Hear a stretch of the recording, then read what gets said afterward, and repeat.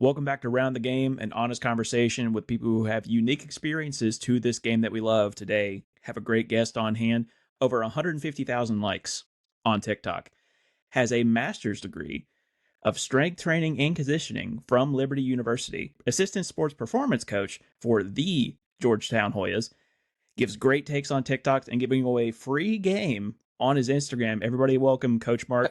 Really appreciate you hopping on with me today. Thank you. Thank you for having me, man. I appreciate that's one of the best intros I've ever gotten. So it sounds like I got to keep doing good stuff in life because I need more intros like that for sure. Something I really take pride in is hyping people up when they come on the show. So Yeah, sure, man. Thank you.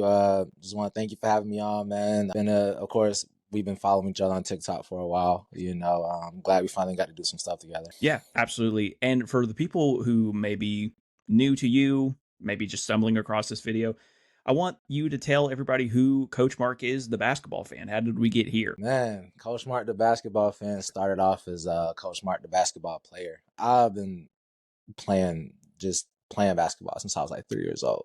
You know, I really consider basketball my first love, man. I used to go in my grandma's neighbor backyard and just try to get the ball in the goal. And once I finally got in there, just wanted to keep, you keep going. I wanted to keep playing, wanted to keep getting better. So the player started at 3. I can truly say I became a fan around the age of maybe 11. 10 or 11, when I actually started watching and understanding and studying and paying attention to the game of basketball. Of course, like I said, I wanted to get better. So I started studying certain players. I started watching smaller guys, being a smaller guy. I kind of figured I wasn't going to be 6'8". So despite all my favorite players being big guards, I had to gravitate towards the guys like Andre Miller, Chris Paul, Steve Nash to kind of like model my game after, So about by 10, 11, started looking up drills, started watching certain players and really fell in love and became a fan, not just a player, but actually just fell in love with the game of basketball, became a fan that way. Well, the question now has to be asked. If you were hooping when you were little, did you have hoop dreams, like legitimate ones? And if you did, who killed them? 10,000%, bro. Like, absolutely, I had hoop dreams, man. I wanted to go to all the. I was a huge Kansas fan by middle school, high school. Huge Kansas fan, man. Rock chalk, absolutely. I was a big Kansas. Devontae Graham is still one of my favorite guys, bro. Love Devontae.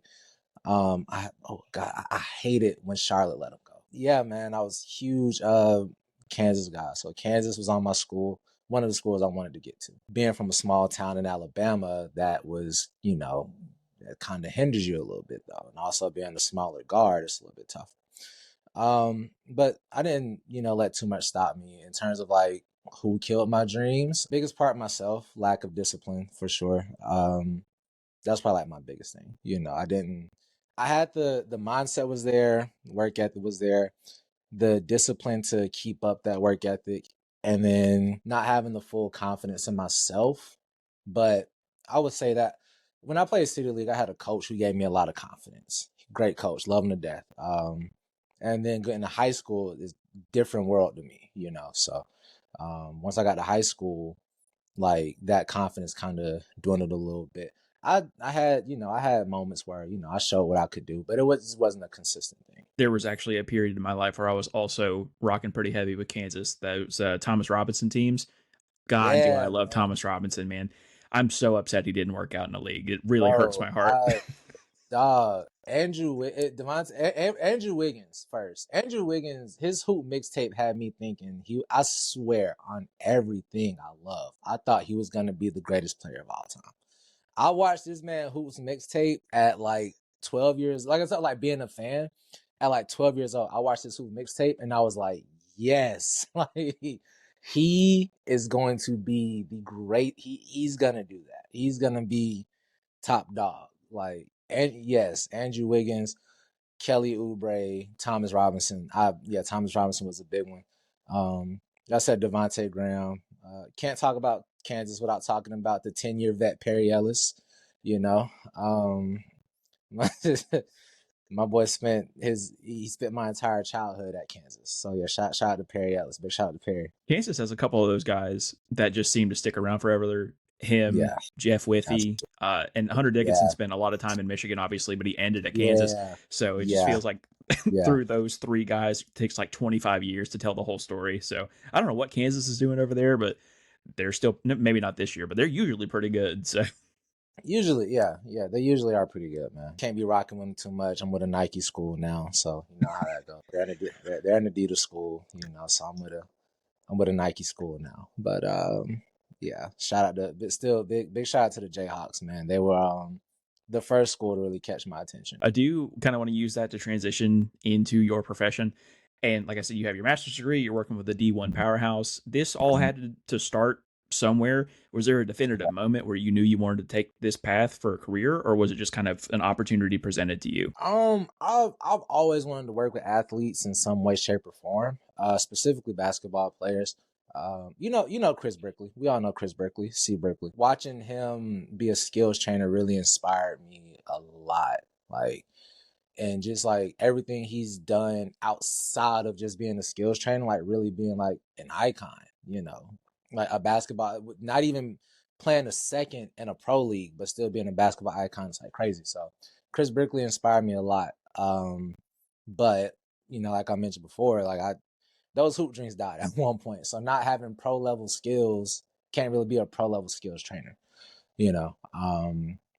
So figured I would like transition into the strength and conditioning side of things, you know, because I started working out when I got to college. You know, I wasn't doing anything. Me and one of my other high school teammates, we both went to Auburn, and so we would link up and start working out, and you know that's kind of how I kind of found my passion for that, and figured I could do that to translate into working with athletes. And you know, you mentioned my master's from Liberty. I needed an internship, and I reached out to the staff at Georgetown, and shout out to my guys over there. They got back to me. I was an intern last fall, and then got the call back to actually come back and work. So that's how I got into got into Georgetown. Yeah, yeah. What do you think has been the biggest shift when you were an intern between that point and now that you're like a big boy, you know, like making big bucks doing it now? I got more responsibilities now, man. When I was an intern, it was just learn and have fun. And now that they're paying me, I got like today, I had just to give an example, I had meetings with some of the coaches for the teams that I run. And then, you know, last night I was doing some programming. I'm probably gonna do some programming when I hop off. Um, I just have a lot more responsibilities, you know, and they're paying me. I was an intern for free, you know, so getting paid is a huge plus. But yeah, I have a lot more. I have a lot more on my plate. You know, I'm doing a lot more by myself. Whether as an intern, somebody was supervising me. So now it's just like you're by yourself. You got one of the teams I work with is women's rowing, and I have 50 girls, and it's just me. Get stressful, brother.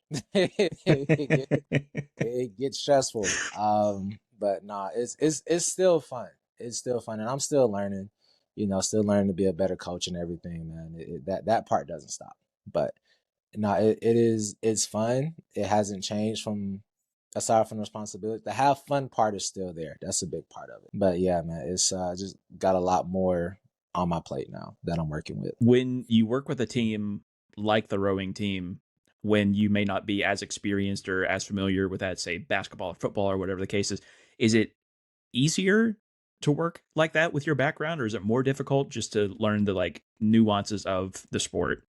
I mean, learning a new sport in its entirety is like that's a big thing, you know. Like I said, I'm from a small town, Alabama. I went to a public school, had no idea what rowing was, bro. Like, and I swear, like my first time hearing about rowing was from the movie The Social Network, the Mark Zuckerberg story.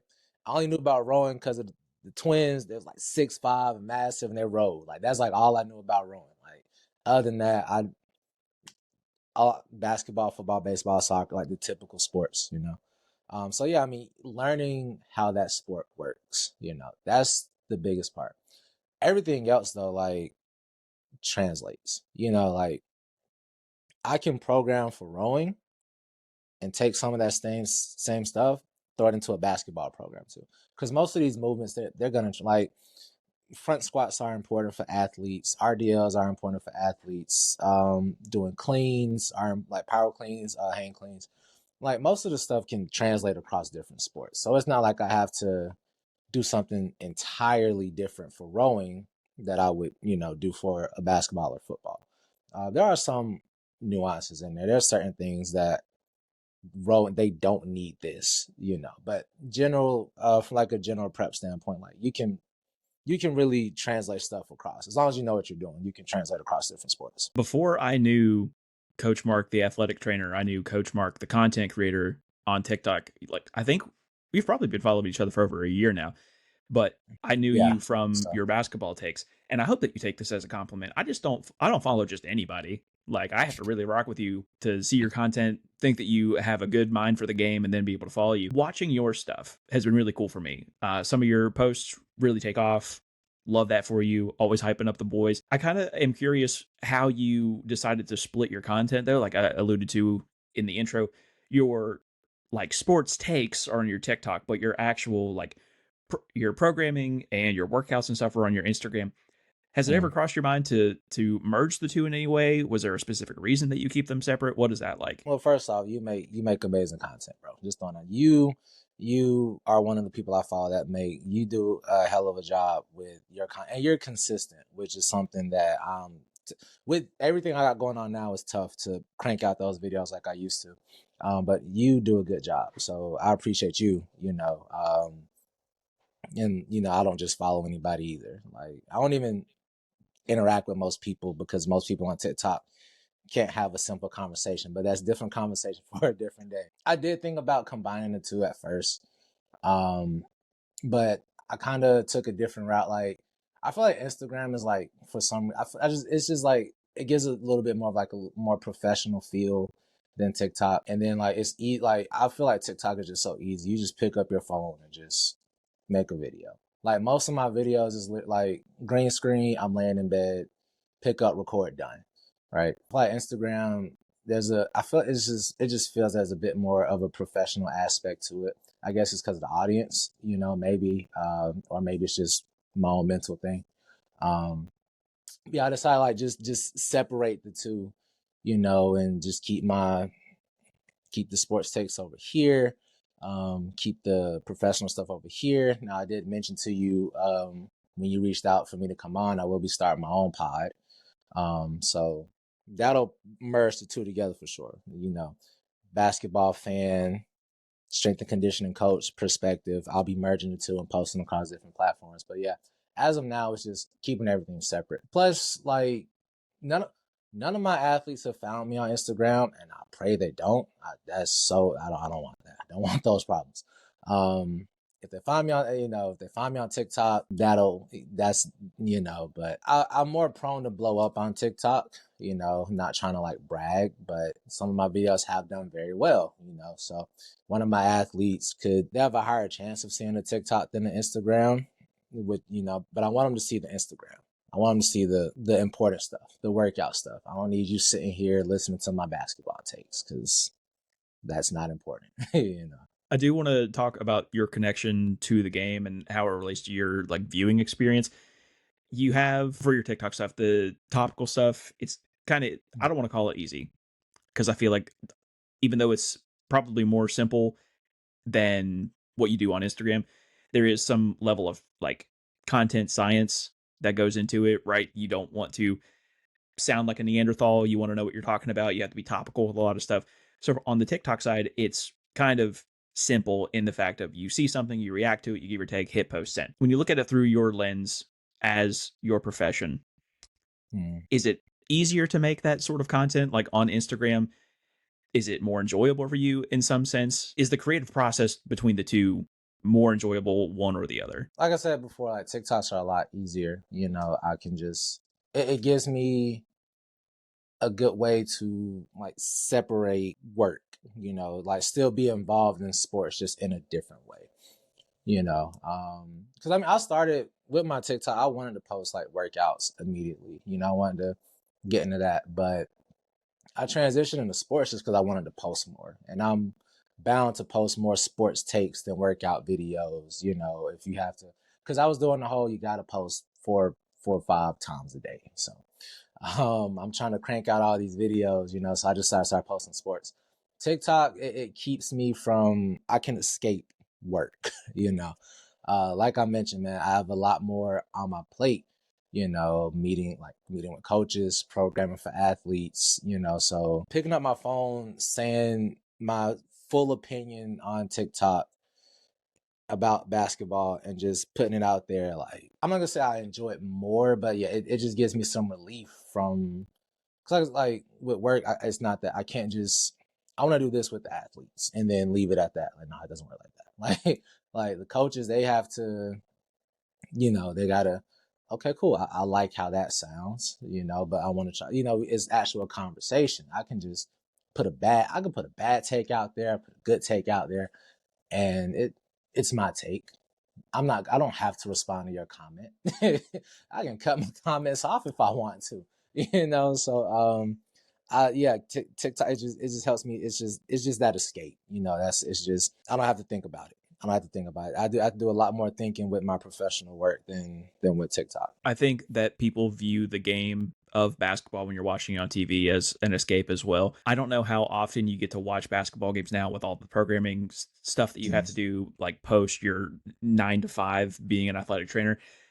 When you're watching those games, when you have the opportunity to, does your profession change the way that you view the game? If you see an injury, do you go, yep, this is what the rehab process is going to look like? Or do you see somebody doing like a pregame workout and go, ooh, that could be really good for my regimen? Is like, has your job changed the way that you recreationally view basketball? Absolutely. Absolutely. I mean, not even the job itself, just the constant amount of studying I had to do. For my master's, and then I had to get a certain certification to be able to get to this level. So that in itself is that yeah, my viewpoint on a lot of stuff has really changed. I'm still a fan, you know. I still enjoy watching it, but there are times where I'm watching, like I'll be watching Tyrese Maxey full court sprint into a layup, and I'm just thinking like, oh, that energy system, these fast twitch muscles. You know, I'm just thinking about the science and stuff. Injuries are, you know, injuries are big, right? I definitely can. Okay, this is why that injury happened. Yes, his rehab process is going to take a while. He's probably going to be doing some of this around this point. He'll be doing return to play, you know, getting ready to come back. Because I mean, I saw some of that, like with women's basketball. One of the girls players, she tore her ACL, and I got to watch her as an intern. I got to watch her return to play process and like how long that was taking, some stuff that she was doing. So yeah, I definitely, I'll be watching the game and I'm just like, oh, this is that, you know, this is, you know. But then sometimes, like I said, like I just want to just flip the switch off and just watch and just be like, oh, that boy nice. That's it. That's it. I'm a huge that boy nice merchant, man. Like I grew up on Hoop Mixtape, Ball is Life, bro. That boy nice. So, but yeah, I just want to cut the brain off and watch as a fan. I can do that, but my POV on watching sports, it has changed a little bit with just everything, you know, that I've learned and then been doing at Georgetown for sure. A lot of people in the basketball sphere really clown on the that boy nice watchers. It's just objectively a better viewing experience. I don't want to think about a true shooting percentage on somebody if they're There good or you not. go. If I could see somebody There you hoop, go. I just like Zach Levine is a great example of that for me. That Like boy nice. Yes. he's one of the purest Yes. hoopers in the game, and you can say, "Oh, but his true shooting percentage, his winning percentage, I don't care." Don't care. Like, I made a video about that. The plus minus BS. Like I hate plus minus. Like that's one of the, plus minus is one of the worst stats to me because your team as a whole can affect your plus minus. Jalen Williams, not J Dub, but the other Jalen Williams. He could have a bad game, but OKC could win by 50. He's gonna have a great plus minus because OKC is up by 50. They're consistently up the whole game, right? He's going to have a positive plus minus, whether he could go 0 for 12 from the field. His plus minus is going to be like a +1, you know, because OKC is still up by 50. Like your team as a whole affects your individual plus minus, you know. And so, and the same thing could be the other way. Like you could have you could be playing a great game, but if you're down by 30, you're not gonna have like a super crazy plus minus because y'all are still getting blown out. I hate plus minus. Yes, I'm a huge that boy nice merchant, bro. I am, and I proudly admit it. I do not care. Honor Huff, Honor Huff, bro. That boy nice, no conscience. All he knows is bottom of the net. That is it. That boy nice.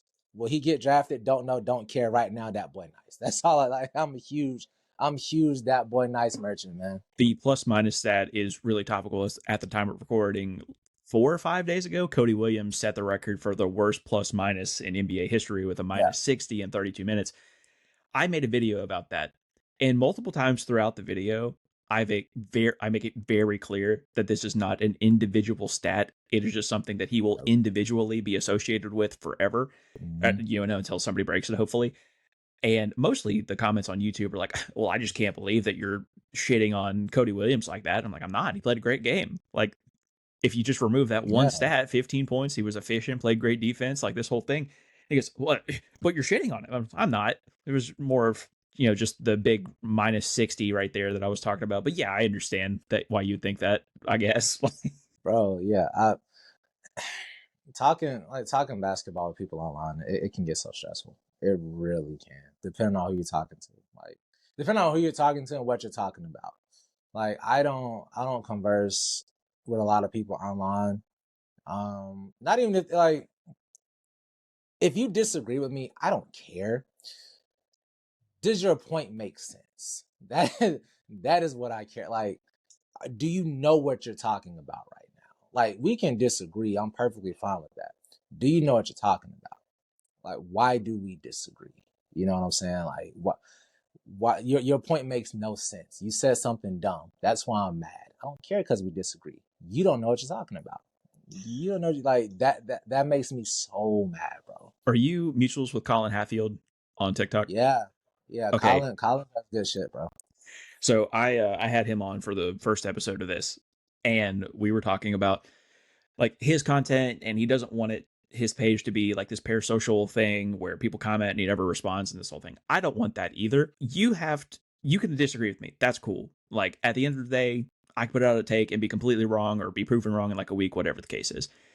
Mhm. If I can tell in 40 words of your comment that you didn't watch the game or you haven't watched the game long enough to be able to have a conversation with me, I can't talk to you.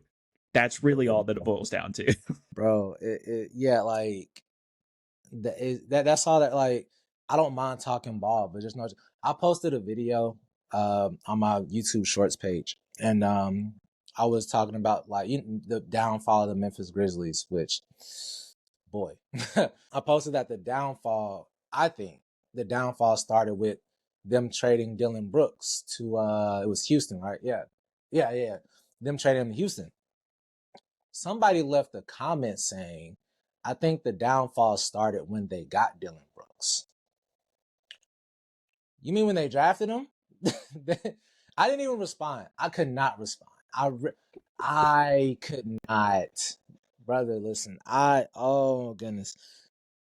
I was like, and I went to Google just to double check because he might have been right. I was like, let me make sure I'm not crazy. Let me make sure I know what, but before I respond to this, let me make sure I know what I'm talking about. So I'm just like, bro, you mean when they drafted Dylan Brooks? Well, when they traded for him on draft night, when they got Dylan Brooks on, that's when the downfall started. Before there were even a thought. Conversation's over before it even started. Yeah, there's no conversation. It's not happening. It's not happening, bro. There's a lot of players like Dylan Brooks that are culture setters. They're like police in the locker room. You need those guys. Marcus Smart was a great Absolutely. example of that in Boston. Absolutely. For sure. Sometimes it's a little too much. Sometimes Marcus Smart shoots 13 3-pointers and hits two of them, and you just kind of have to live with that. But also, he's going to guard the other team's best player. He's going to be that vocal leader. And Yeah, man. basketball has always needed that. There has never been a scenario where you can just have a bunch of you can't have 15 just good old nice guys and hopefully it works out. Like you have to have an asshole on your team. Every single good team Yes. that has ever existed has had one. Yes. Yes, yes, that is facts, bro. That is facts. I like to say in terms of my coworkers, like the other coaches I work with, like I work with a bunch of assholes. You know, they're good guys. They're good guys. But it's like when you work with athletes, you gotta have some shit too. You gotta be a little bit of an asshole, you know. And same thing with sports. That, like you just said, there has to be one of those guys on the team. Somebody's gotta, hey man, tighten up, you know, tighten up, get your shit together. Like someone has to be the one in the locker room to make people uncomfortable because we we're down right now. We got to get a dub. Y'all got to tighten up. Like tighten up, get your shit together. Someone has to be that in the locker room. Dylan Brooks, absolutely, bro. And I didn't like Dylan Brooks, but I have been converted into a Dylan Brooks fan. When it started when he was in Houston and now he's in Phoenix, and Phoenix is playing well. Phoenix is playing, and without Jalen Green at that, like Phoenix is balling. Like they're playing well. But yeah, man, Dylan Brooks, he's just one of those guys. He's an important piece. He's one of those guys. And when when John Morant was out with injuries and of course with his pew pew situation twice, um, Dylan Brooks was the leader in that locker room. I think Dylan Brooks was always the leader in that locker room. But like when Ja went down as the offensive leader, Dylan Brooks just became a bigger leader. You know, we all saw the video where they're vibing, they're coming out, they got everybody doing the dance. Who's the front man in the video? Dylan Brooks, you know? So yeah, that's what led me to say them trading Dylan Brooks is what started that downfall. Them trading Dylan, Ja's pew pew, Jaren Jackson Jr. is getting hurt. Like they traded Tyus Jones, DeAnthony Melton. Yeah, it got bad. It got bad so fast. It got bad fast from Memphis. I got one last question for you before we transition into a little game that we have and then start plugging all your stuff. Absolutely. As an athletic trainer, what is a piece of advice that you can give us regular Joes who just want to get bigger and stronger in the gym? Shit, work out, eat your protein. That's it. that is the key that I tell everybody. Like people, they, what I have to do to do this, what I have to do that, And I mean, I tell them the same thing. Like, drink your water, eat your protein, work out consistent, because that's really what it all comes down to. Go to the gym. You go to the gym twice a week. Like we have like my rowers, my men and my women's rowers, they live twice a week. They live twice, and they start their season in the like next month or the March, I believe. I look at the schedule, but yeah, I mean, go to the gym twice a week, work out for about 45 minutes, have a nice meal, track your calories, boom, plain and simple. Really appreciate you hopping on. Before we start plugging all your stuff, I do have a couple questions Yeah, for you. man. Just a nice little this or that to end the show here. I'm going to give you Yeah, for two sure. options, and you can only pick one. So if you're Okay, ready, I'm ready. let's get it. Let's do it. Let's do it. Let's do it. You can only pick one kind of training to do for the rest of your life. Just you, not your athletes, just you specifically. Do you either weight lift or cardio? And I'm going to bend the rule a little bit on the cardio. You can do like a plyometric, like a like a jump training, like really excessive. So do you do that kind of training, or do you do only weightlifting? Only weightlifting, 10,000%. Easy one. I think easy one. Easy one. Yeah, I'm only hitting the weights. I can get the same effects if I train the right way. So yeah. Weightlifting for sure. Now this one here, I think I'm really going to put you in a pickle based on who you are as a person. You have the opportunity to be the trainer for one of these athletes. Do you pick prime LeBron James, whether that's Miami Heat or Cleveland Cavaliers, whichever way you lean, or do you pick prime John Wall? Oh gosh. Oh gosh. Oh, I gotta block you from my TikTok now. You can't be doing this shit, man. I gotta block you. You put me in such a tough spot.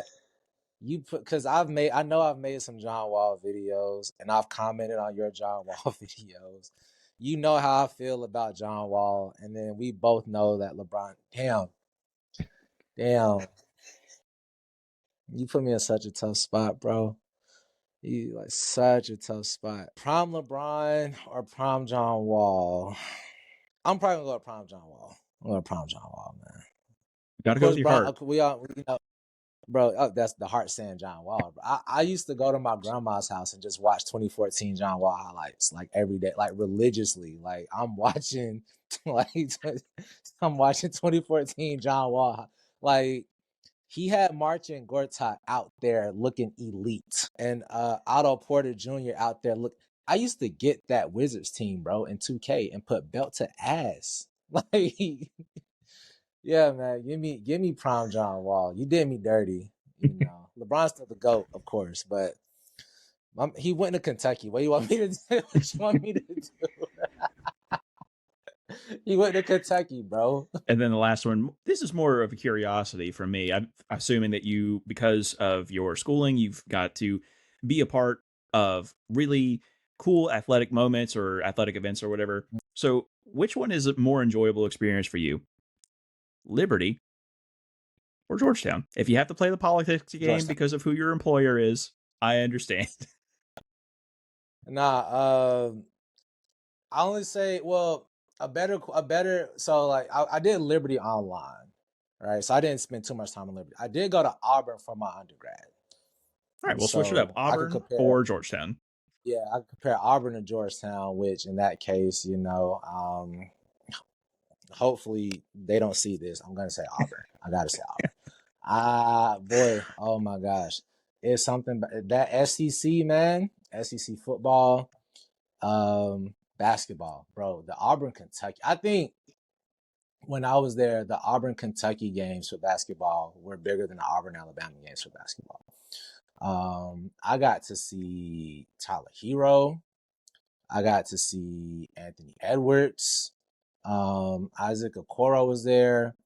Uh, Auburn, when they made the Final Four the first time, like with Jared Harper, with Bryce, with Chuma, I was there for that. I got to see Coach Pearl cuss out the players one time. That was crazy. That was insane. Oh my gosh, that was insane. And then just like after every win, like the school traditions, like it was, yeah, you know. Love my Hoyas, man. I really found a home here at Georgetown, but yeah, Auburn, that SEC, there's nothing like it, bro. I feel like Auburn fans are a little bit insane too, in the best possible way. I lived in Lexington during that year where they Okay. went 39-1 with Karl Anthony Towns and that whole team. Yeah, They yeah, yeah.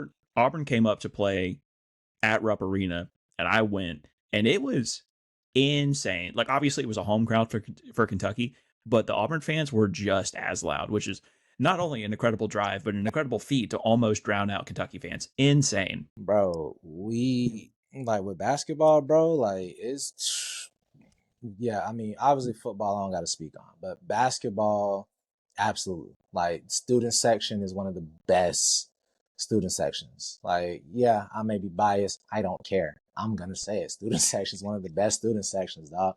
Um, I was on TV. I have a picture from our freshman year. We played Texas A&M. Shout out to Robert Williams. They caught me on TV. Um, but yeah, man, Auburn's really a basketball school. Like really, really a basketball school, man. Like it is great. I tell people all the time, if you've never been to Alabama, you got to go to an Auburn game, football or basketball, don't care. But yeah, yeah, basketball school is it's intense. Really appreciate you coming on. I think it was a great conversation. We've talked a little bit about your Absolutely. TikTok and your Instagram. We're talking about the podcast you're going to have coming up. Where else can people find you, and when can we expect the podcast? You can find me on TikTok, Instagram, YouTube at Coach Marq, Mark with two Q's. Um, that's across every platform. Coach Marq, MARQQ. In terms of the pod, I'm actually gonna start recording some stuff tomorrow. I'm off tomorrow, so and I got a pretty long weekend. With MLK Day on Monday, none of my teams live, so got a pretty long weekend. So I'm gonna get working on recording some stuff and hopefully get a episode up pretty soon. Well, all of those links will be in the description below if the podcast comes out prior to me releasing this video. That will be in the description as well. While you're down there, check my links in my description. I've got literally everything you can think of: Twitter, Blue Sky, Instagram, TikTok, literally everywhere. I also have a Discord community that I would love for you to be a part of. That's going to do it for Coach Marq. That's going to do it for me. Be kind. Tell somebody you love them. We'll see you in the next one. Barely scraping by, trying to stop puffing. I'm trying to be one of the greats.